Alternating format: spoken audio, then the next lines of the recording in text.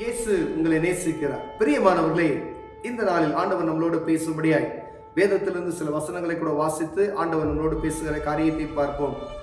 ஆண்டவராய் இயேசு கிறிஸ்துவின் நாமத்தினாலே அனைவருக்கும் கிறிஸ்துமஸ் நல்வாழ்த்துக்களை தெரியப்படுத்துகிறேன்.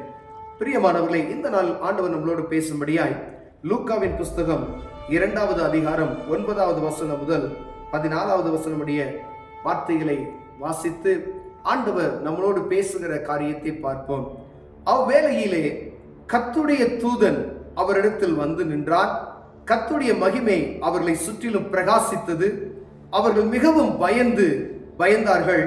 தேவதூதன் அவர்களை நோக்கி, பயப்படாதிருங்கள், இதோ எல்லா ஜனத்துக்கும் மிகுந்த சந்தோஷத்தை உண்டாக்கும் நற்செய்தியை உங்களுக்கு அறிவிக்கிறேன். இன்று கர்த்தராகிய கிறிஸ்து என்னும் இரட்சகர் உங்களுக்காக தாவீதின் ஊரிலே பிறந்திருக்கிறார். பிள்ளையை துணிகளிலே சுற்றி முன்னணியிலே கிடத்திருக்க காண்பீர்கள்.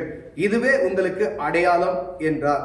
அத்தருணமே பரமசேயின் திரள் அத்தூதனுடைய தோன்றி, உன்னதத்தில் இருக்கிற தேவனுக்கு மகிமையும் பூமியிலே சமாதானமும் மனுஷர் மேல் பிரியமும் உண்டாவதாக என்று சொல்லி தேவனை துதித்தார்கள்.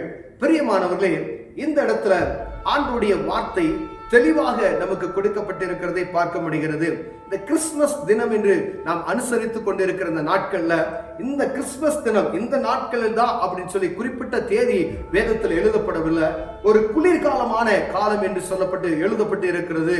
அப்படின்னா ஏன் கேட்டீங்கன்னா, இந்த மெய்ப்பர்களுக்கு அவர் தூதர் தரிசனமான பொழுது அவர்கள் நெருப்பு மூட்டி குளிர் காய்ந்து கொண்டு அப்படி இருக்கிற வேளையில அது குளிரான ஒரு காலம் என்று சொல்லப்படுகிற ஒரு காலம். அப்ப தூதன் தோன்றி உங்களுக்கு ஒரு நற்செய்தி பாருங்க. தேவதூதன் அவர்களை நோக்கி, பயப்படாதீர்கள், இதோ எல்லா ஜனத்துக்கும் மிகுந்த சந்தோஷத்தை உண்டாக்கும் நற்செய்தியை உங்களுக்கு அறிவிக்கிறேன். ஏதோ ஒரு குறிப்பிட்ட மக்களுக்கு மாத்திரம் அங்கு சொல்லப்படவில்லை. தேவதூதன் இதோ எல்லா ஜனத்துக்கும், உலகத்தில் இருக்கிற எல்லா ஜனத்துக்கும் இந்த கிறிஸ்துமஸ் விழாவை உலகம் எங்கும் கொண்டாடுகிறதை நாம் பார்க்க முடிகிறது.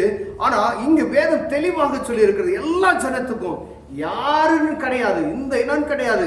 உலகத்துல எத்திசையில் இருக்கிற பூமியில மனுக்குலமாய் பிறக்கப்பட்ட ஒவ்வொரு மனிதனுக்கும் சந்தோஷத்தை உண்டாக்குகிற ஒரு நற்செய்தி என்று சொல்லப்படுகிறது. பிரியமா, ஒவ்வொருவருக்கும் இது நற்செய்தி. ஏன் இது நற்செய்தி என்று நாம் புரிந்து கொள்ள முடியும். இந்த கிறிஸ்து பிறப்பின் நற்செய்தியை ஏன் அறிவிக்கிறோம்? அவர் சொன்ன அந்த வார்த்தையில ஒரு அநேக அர்த்தங்கள் உண்டு. பிரியமானவர்களே, எல்லா ஜனத்துக்கும் சந்தோஷத்தை உண்டாக்கக்கூடிய ஒரு நற்செய்தி. ஏன் அப்படின்னு சொன்னா, ஜனங்கள் பாவத்துல மரித்து போய் கிடந்த வேளையில ஆண்டவராக இயேசு கிறிஸ்து இந்த பூமிக்கு, வானத்தையும் பூமியும் படைத்த சர்வ வல்லமையுள்ள தேவன், உலகத்தில் இருக்கிற எல்லா ஜனங்களும் ஆராதிக்கிற, அறிந்தும் அறியாதவரும் வானத்தையும் பூமியும் படைத்தவரை ஆராதித்துக் கொண்டிருக்கிற எல்லா மக்களுக்கும் அவர் மனுரூபம் எடுத்து பூமியில இயேசு கிறிஸ்து என்ற நாமமுடையவராய் இந்த பூமிக்கு வந்தார். பிரியமானவரே, அந்த மனுரூபம் எடுத்து மனுக்குலமாய் வந்து இந்த பூமியில பிறந்த நாளை தான் கிறிஸ்துமஸ் நிகழ்ச்சியை நாம் கொண்டாடி கொண்டிருக்கிறோம்.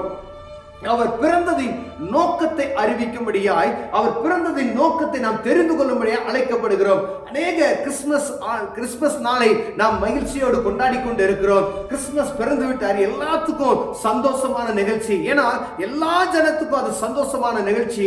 ஏன் சந்தோஷம் என்கிற ஒரு உணர்வு நமக்கு வரணும். ஒருவேளை புத்தாடை அணிவிப்பது தான் சந்தோஷமா? அன்று நல்ல விருந்து செய்து நல்ல சாப்பிடுகிறது தான் சந்தோஷமா? அது மாத்திரம் அல்ல. ஆனால் அதற்கு மேலாக ஒவ்வொரு மனிதனுக்கும் ஒரு சந்தோஷமான செய்தி உண்டு. பிரியமானவர்களே, அந்த சந்தோஷமான செய்தியை அறிந்து கொள்ளும்படியாகவே இந்த பூமியில கிறிஸ்து இயேசு மனுரூபம் எடுத்து பூமிக்கு வந்து பிறந்ததை தான் நம்ம கொண்டாடி கொண்டு இருக்கிறோம். பிரியமானவர்களே, எதற்காக இந்த பூமிக்கு வந்தார்? ஆண்டவராக இயேசு கிறிஸ்து மனுரூபம் எடுத்து இந்த பூமிக்கு வந்ததின் நோக்கம் மனிதனுடைய பாவத்தை மன்னிப்பதற்காக என்பதை நாம் அறிந்து கொள்ள வேண்டும். அவர் பூமியில பிறந்தார். அவர் பிறந்த நாளை நாம் அனுசரித்துக் கொண்டிருக்கிறோம். எத்தனையோ நாட்கள் அனுசரித்து விட்டோம். ஆனால் அவர் வந்த நோக்கத்தை நாம் அறிந்திருக்கிறோமா? கிறிஸ்தவர்கள் என்று மார்த்தட்டி கொண்டிருக்கிறோமே, அறியப்படாதவர்களுக்கு ஒன்றும் செய்ய முடியாது. பிரியமானவர்களே, அவர் அறிந்து கொள்கிற நாளில் ஆண்டவர் அவர்களை ஆசீர்வதிக்க வல்லமையுள்ளவராய் இருக்கிறார். அநேக ஆண்டுகளாய் 50 வருஷம் 80 வருஷம் ஆகிவிட்டது, 75 வருஷம் ஆயிருச்சு, 100 வருஷம் ஆயிருச்சு. ஆனால் நாங்கள் அந்த நோக்கத்தை அறியாமல் இருக்கிறோமே என்று ஒருவேளை நீங்க நினைத்தீர்கள் என்றால், ஆண்டவராக இயேசு கிறிஸ்து இந்த பூமியில பிறந்ததின் நோக்கம் மனிதனுடைய பாவத்தை மன்னிப்பதற்கு என்கிற அந்த நற்செய்தியை நீ அறிந்து கொள்ளும்படியாய் ஆண்டவர் உங்களோடும் என்னோடு பேசுகிறார். பிரியமானவர்களே, முற்காலத்துல பாவம் செய்தால் அது மரணம். எப்படி பாவம் செய்த ஆத்மா சாகும் என்று வேதம் சொல்லுகிறது. ஆனா ஆண்டவர் ஒரு கிருபையாய் இங்கு அவர் வந்து மனுக்குலத்துக்காய் தன்னையே பலியாக கொடுப்பதற்காக அவர் பிறந்திருக்கிறார். பிரியமானவர்களே, இந்த காரியத்தை நாம் அறிந்து கொள்ளணும். நீங்க எப்படிப்பட்ட பாவியாக வேணாலும் இருக்கலாம், எப்படிப்பட்ட குணநலமானவராக இருக்கலாம், ஆனா இயேசு கிறிஸ்துவின் ரத்தம் சகல பாவங்களை நீக்கி சுத்திகரிக்கும் என்கிற செய்தியை நாம் அறிந்து கொள்ளணும். இதற்காகவே பூமிக்கு இயேசு கிறிஸ்து பூமியில வந்து பிறந்ததின் நோக்கம், அவர் வானத்தையும் பூமியும் படைத்த சர்வ வல்லமையுள்ள தேவர் அவர் மனு ரூபம் எடுத்து பூமிக்கு வந்ததின் நோக்கம் அவர் தன்னையே பலியாக கொடுக்க முடியாது. எதற்காக பலியாய் கொடுக்க முடியாது? ஏதோ ஒரு ஒரு ஒரு இந்த பூமியில இருக்கக்கூடிய வேற ஒரு காரியத்துக்காக அல்ல, அவருடைய சாயலாய் படைக்கப்பட்ட ஒவ்வொரு மனிதனுக்கும், எல்லா ஜனத்துக்கும் சந்தோஷம். அதுதாங்க சொல்லப்படுகிறது.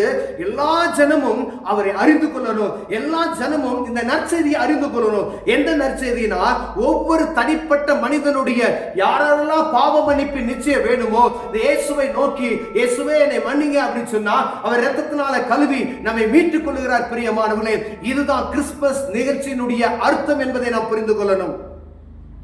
ஆண்டவர் உங்களோடும் என்னோடு பேசிக் கொண்டிருக்கிறார். பிரியமானவர்களே, எத்தனையோ கிறிஸ்துமஸ் நாட்களை நாம் கழித்து விட்டோம். இந்த புதிய கிறிஸ்துமஸ் நமக்கு ஒரு மாறுதலான கிறிஸ்துமஸாய் மாறும்படியாய் ஆண்டவர் நமக்கு உதவி செய்வாராக.